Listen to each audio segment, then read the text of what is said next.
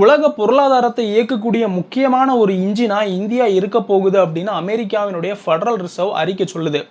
அதாவது 2022லேருந்து 25 வரைக்கும் இந்தியாவுடைய பொருளாதார வளர்ச்சி 7.7%, சைனாவோடது 4%, வளரக்கூடிய மற்ற நாடுகளினுடைய வளர்ச்சி அப்படின்றது 3% இருக்கு. இந்த 2020லேருந்து 30 வரைக்கும் இந்த ஒட்டுமொத்த 10 வருஷத்துல நம்ம பார்க்க போனா கோவிட் லாக்டவுன் வந்துச்சு, சப்ளை செயின் பாதிக்கப்பட்டுச்சு, பொருளாதார வீழ்ச்சி அப்படின்றது மற்ற நாடுகளுக்கு ஏற்பட்டுச்சு, உக்ரைனை ரஷ்யா இன்வைட் பண்ணாங்க, அதனால பல பிரச்சனைகள் உலகம் முழுக்க, மேற்காசியாவில் நடக்கக்கூடிய இந்த ஈரான் இஸ்ரேல் போர், இந்த எல்லாத்துக்கும் நடுவில் இந்திய பொருளாதாரம் 7.7% பெர்ஃபார்ம் பண்ணுது அப்படின்னா அது மிகப்பெரிய விஷயம் தான். இதுக்கு காரணம் என்ன சொல்றாங்க அப்படின்னா, இந்தியாவில் இருக்கக்கூடிய அந்த யங் பாப்புலேஷன், அதையும் தாண்டி சைனாவினுடைய ஒட்டுமொத்த தனிநபர் வருமானத்தில் 5ல் 1 தான் இந்தியாவோடது.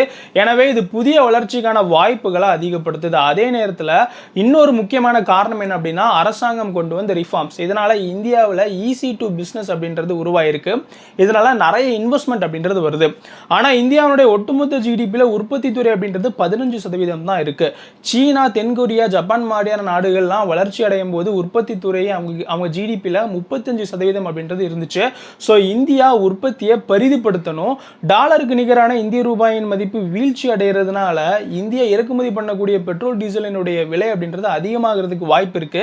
அதனால உள்நாட்டில் இன்ஃப்ளேஷன் வரதுக்கான வாய்ப்பும் நிறைய இருக்கு.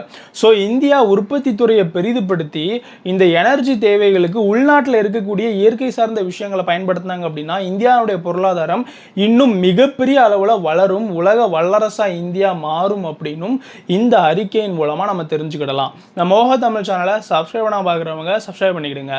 ஜெய் ஹிந்த். ஓஹோ, அப்படியா? ஆமாடி.